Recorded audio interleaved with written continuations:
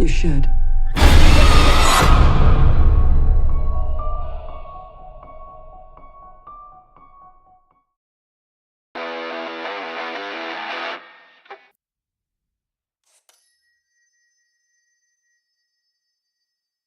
Hello everyone, my name is Don, the movie reviewer, and today we are going to be talking about David Gordon Green's Halloween. I am a massive Michael Myers fan. Michael Myers is my favorite horror icon, and I'm a fan of the shitty Halloween series, but really I'm only a fan of the original classic. The one, the only, the classic Halloween. If you want to know my opinion of the Halloween series, I have created a Halloween series movie review where I review every single Halloween movie that has been released. If you want to check that out, link is down in the description box. This movie starts off at Smith's Grove Sanitarium where we meet Dr. Sartine, and Dr. Sartine at the beginning sounded very much like Dr. Loomis. Two reporters come into the sanitarium and they give us some exposition as to the events of the first Halloween movie. They intimidate Michael Myers, and I don't know why they did that, because they just awakened the beast. The two reporters, feeling like they have failed in their mission to make Michael Myers speak, go to Laure Strode's house, who was the victim of the Michael Myers massacre from the first movie. Desperate to find answers as to why Michael Myers will not speak, the two reporters try aggressively to create their story and getting information from Laure Strode, while also mentioning that Laure Strode has a daughter, and Child Services came and took Laure Strode's daughter away from her at a very young age because they believed that Laure Strode was unstable. When we meet Laure Strode's daughter, we meet her husband, and we meet Laure Strode's granddaughter. We witness the essence of the family. Each family member has their own personality. The dad thinks he knows it all. The mother just believes in rationale. And the daughter is pretty much the typical rebellious teenager. But she loves her grandmother, even though her mom doesn't like her own mother. Michael Myers is being transported from Smith's Grove for some odd reason, and we witness the bus crash, and during the bus crash scene where we see these two characters come into the picture, there's just a sense of dread at the very beginning because it's a pitch black night. We know that evil is lurking out there in the shadows, and we got these two lovely characters from just this one scene and them having an interaction. Their dialogue is so charming and lovable. Immediately I lock on to these two characters emotionally, and I don't want anything bad to happen to them. But this is a horror movie and it's Michael Myers, so obviously something bad's gonna happen, and the way that David Gordon Green sets this scene up is terrifying. The two reporters meet their demise in this movie, and it is a very just horrifying scene. I feel bad for the two reporters, but then at the same time, it's like you had this coming because you awakened the beast. But, you know, it is a very horrifying scene. Michael Myers is brutal. And when Michael puts on the mask for the first time, it just feels like we're going back to form here. Now, the stalking sequences are yay and nay. I would say that the first stalking sequence is fantastic because we follow Michael Myers walking around, grabs the hammer, he goes in the house, and off screen he kills this woman, and it's terrifying because we don't see what happens. We see the chair fall down, and we're hearing some noises and struggles, and it just feels very eerie and scary. But then it turns goofy because, I mean, we get another good stalking sequence, which starts off great. And the conclusion to this stalking sequence, I think, is ridiculous, because then they show some gore and it's just CGI, and I don't like it. I enjoyed these two sequences, even though the second sequence, I think the conclusion to that was very goofy. Only negative thing I can say about the stalking sequences is that Michael Myers moved in a very robotic way that just felt very staged to me. And if that is intentional, fine, but it just kind of looked weird. Dr. Sartine in this movie is a interesting character, because there's one scene where Laurie Strode looks at him and says, well, you're the new Loomis, and I kind of rolled my eyes at that. But then, like I said, this movie's yay and nay. There's one thing in here that is great, and then there's another thing in here that is terrible. And with this situation, I feel that, yeah, Laurie Strode points out the obvious, that Dr. Sartine is the new Loomis, but the movie doesn't make it extremely obvious that Will Patton, who plays Officer Hawkins in here, is the new Sheriff Brackett. But Dr. Sartine is very strange, because in one interesting scene, Dr. Sartine is, I guess, explaining why he's so obsessed with Michael Myers. And then in one shocking scene, you know, it's a twist where Dr. Sartine kills Officer Hawkins, and I'm thinking, oh, this movie's gonna go in like the cult direction, you know, like they did in the original series. But no, it's just Dr. Sartine being a nut just like Michael, and giving Michael a good reason to escape the situation that he was in, and turning Dr. Sartine evil for just plot purposes.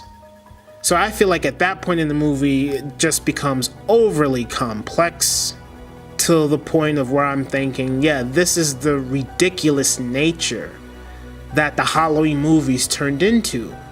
Like, there's a scene where Michael Myers gets run over by a car, and it's reminiscent of Halloween 4, but I look at it as like, it appears they didn't have the budget for it, because it looked awful.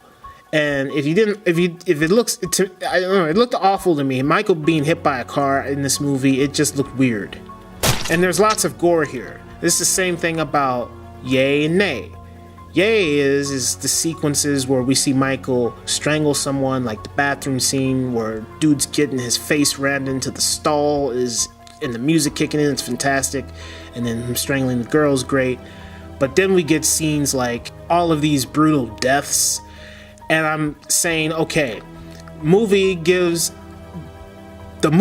us the best of both worlds. It gives the people who want to see some kills happen that aren't all full of blood and gore, and yet it also pleases the people that do want to see the blood and gore.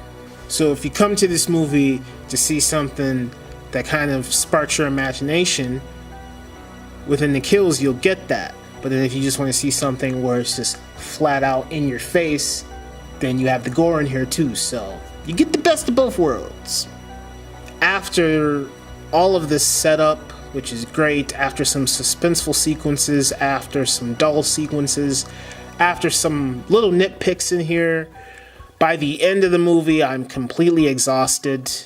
And the way it ends, it sets itself up to make more movies, because it has a pretty good ending at first, because you have your generic chase, but then they lock Michael Myers in the basement. And at the very beginning of the movie, the documentary filmmakers are listening to some Loomis tapes, and Loomis is like, he's pure evil, you need to burn him. And so at the very end, Laurie and her daughter burn Michael alive in the basement in a very overly complex scene. And they lock him in the basement, and I'm thinking at that moment, oh yeah, he's burning in the pits of hell. But then when they go back, he's disappeared, and it's like, well, now it's not a definitive ending to this movie. It's just, oh, we think he's dead. It's like one of those things that Austin Powers mentioned. Wait, aren't you even gonna watch them? They could get away. No. I'm going to leave them alone and not actually witness them dying. I'm just gonna assume it all went to plan. What? Why couldn't you just kill him right there? I will say that H2O is a definitive ending to Michael Myers, whereas in this, it's just, oh, we think he's dead and we're gonna walk away and think he is. This is just like, oh, we're just gonna leave him here and think he's gonna die, when really is, you know, he's obviously gonna get out of the situation somehow. You should have just saw it all the way through and watched him burn instead of just starting the fire and then walking away. You dummy. You did something like this in the first movie.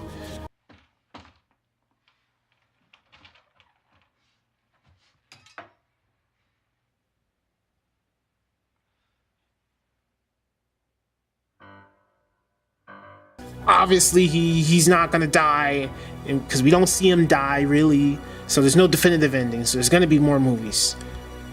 By the end of the movie, I'm just completely exhausted. And I just wanted it to be over. I just wanted it to be over because it's overly complex with how it ends. It sets itself up for more movies. It doesn't feel suspenseful to me anymore. It feels super long. I just feel like this franchise has no more thunder left after the first one, because the sequels, to me, they all suck. And this movie, I would say, is a definitive sequel. I think it's one of the best sequels. But just let this franchise go, because I just don't feel the essence of the first Halloween movie in this sequel. Maybe I do. I'm tripping.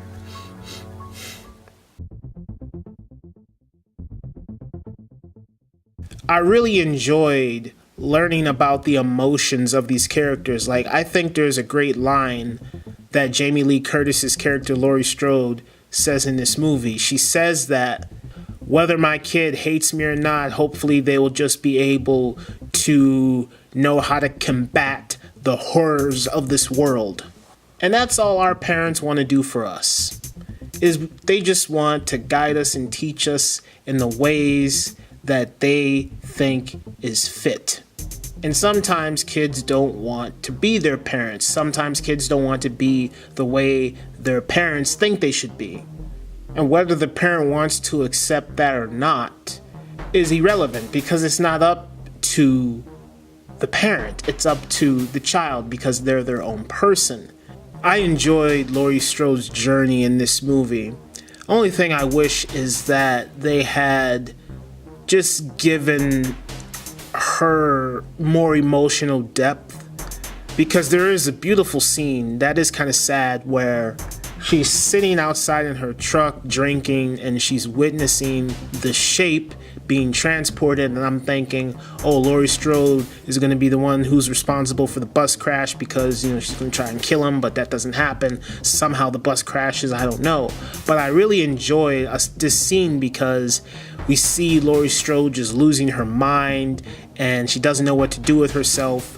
And I enjoyed that, but then I really wanted at least a scene of her reflecting on the events of the first movie and all her friends being dead. Like, Linda was my best friend, Annie was my best friend, and then they're no longer here with me. I just really wanted something like that, you know, to just deliver an extreme emotional payoff to where this feels like a serious situation because of the perspective that we see from Laurie Strode in this movie, and we witness her in a state of just complete and utter turmoil.